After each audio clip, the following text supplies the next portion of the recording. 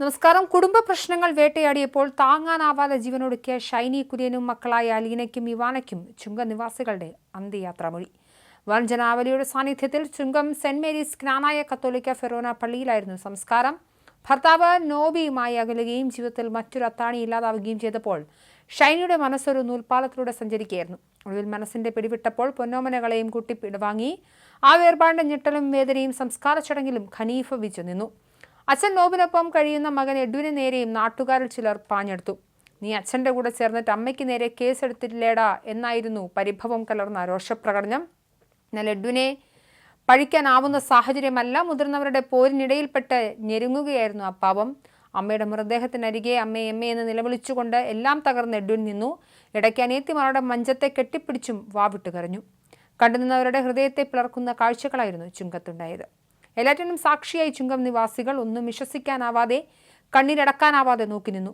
ഉച്ചയ്ക്ക് 3 മണിയോടെയാണ് ഷൈനിയുടെ ഭർത്താവ് നോബിയുടെ വീട്ടിൽ മൃതദേഹങ്ങൾ കൊണ്ടുവന്നത്. നോബി എത്രമേൽ ഷൈനിയെ ദ്രോഹിച്ചതറിയാവുന്ന നാട്ടുകാർ ആരും നോബിയുടെ വീട്ടിലേക്ക് എത്തിയില്ല. നോബിയുടെ വീട്ടിൽ ബന്ധുക്കൾ മാത്രമാണ് ഉണ്ടായിരുന്നത്. നാട്ടുകാർ എല്ലാവരും പള്ളിയിലെ പൊതുദർശനത്തിനാണ് എത്തിയത്.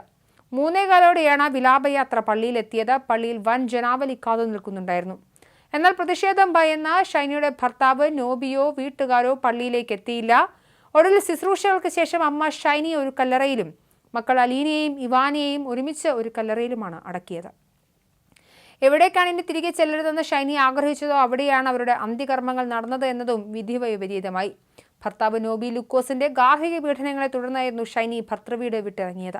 എന്നാൽ സ്വന്തം വീട്ടിലെ ഇടവകയിൽ അടക്കാനാവാതെ ഷൈനിയെയും മക്കളെയും ഭർത്താവിൻ്റെ ഇടവകയായ തൊടുപുഴയിലെ ചുങ്കം പള്ളി ഇടവകയിലെ സെമിത്തേരിയിലാണ് അടക്കം ചെയ്തത്. ഷൈനിയുടെ ഇടവകയായ കാർത്താസ് പള്ളി സെമിത്തേരിയിൽ അടക്കാനായിരുന്നു ആലോചിച്ചിരുന്നത്. എന്നാൽ മകനെ കൊണ്ട് പോലീസിൽ പരാതി കൊടുത്തതോടെ ഷൈനിയുടെയും മക്കളുടെയും സംസ്കാരം ഭർത്തൃ വീട്ടുകാരുടെ ഇടവകയായ ചുങ്കം പള്ളിയിൽ നടത്താൻ തീരുമാനിക്കുകയായിരുന്നു. അതേസമയം പൊതുസമൂഹത്തിൽ കടുത്ത എതിർപ്പുയർന്ന സംഭവത്തിൽ ചുങ്കം പള്ളിക്കാർ ആദ്യം കുറികൊടുക്കാൻ താല്പര്യം പ്രകടിപ്പിച്ചില്ലെങ്കിലും പിന്നീട് ഇതിന് സമ്മതം അറിയിച്ചു. മകളും കൊച്ചുമക്കളും നഷ്ടമായ വേദനയിൽ തകർന്നിരുന്ന ഷൈനിയുടെ വീട്ടുകാരും ഇക്കാര്യത്തിൽ കടുംപിടുത്തത്തിന് നിന്നതില്ല. ഇതോടെ ഇന്ന് തന്നെ ചുങ്കംപള്ളി സെമിത്തേരിയിൽ ഇവർ അന്തിയുറങ്ങുകയാണ്. അതേസമയം ദാരുണ സംഭവം അറിഞ്ഞ നാട്ടുകാർ അടക്കം കടുത്ത അമർഷത്തിലാണ്. മകനെ അമ്മയിൽ നിന്നും അകറ്റാൻ ആസൂത്രിത ശ്രമങ്ങൾ നടന്നതായും ആരോപണമുണ്ട്. ഒറ്റയ്ക്ക് പെൺമക്കളെ പോറ്റാൻ കഴിയുന്നതിനെ ഓർത്ത് ആദ്യ കൊണ്ടാണ് ഷൈനി മക്കൾക്കൊപ്പം ജീവനൊടുക്കിയത്. മികച്ചൊരു ജോലിക്കായി പരിശ്രമങ്ങൾ നടത്തിയെങ്കിലും അതെല്ലാം വെറുതെയാകുന്ന അവസ്ഥയുണ്ടായി. ജോലി ചെയ്യാൻ ആവശ്യമായ വിദ്യാഭ്യാസ യോഗ്യത ഉണ്ടായിട്ടും ജോലിക്ക് പോകാൻ സാധിക്കാതെ കുടുംബത്തെ നോക്കേണ്ടി വന്നതോടെ കരിയർ ഗ്യാപ്പ് വന്നു. പിന്നീട് ആവശ്യഘട്ടത്തിൽ ജോലിക്ക് കയറാൻ ശ്രമിച്ചപ്പോൾ അതിന് സാധിക്കാതെ മക്കൾക്കൊപ്പം ആത്മഹത്യ ചെയ്യേണ്ട സാഹചര്യമുണ്ടായി. ഭർത്താവിന് കുടുംബത്തിന് വേണ്ടി ജീവിച്ചവളായിട്ടും ഷൈനി കുടുംബവഴക്കിന്റെ പേരിൽ വീട്ടിൽ അന്യയായി മാറി. ഭർത്താവിൽ നിന്നും വിവാഹമോചനത്തിന്റെ വഴിയിലായപ്പോൾ ഒറ്റയ്ക്ക് ജീവിക്കാൻ അവർ പരിശ്രമിച്ചു. എന്നാൽ BSc നഴ്സിംഗ് ബിരുദമുണ്ടായിട്ടും 12 വർഷത്തെ കരിയർ ബ്രേക്കിന്റെ പേരിൽ പല ആശുപത്രികളും അവർക്ക് ജോലി നിഷേധിച്ചു. ഇതോടെയാണ് ആത്മഹത്യാ വഴിയിലേക്ക് ഷൈനി നീങ്ങിയത്.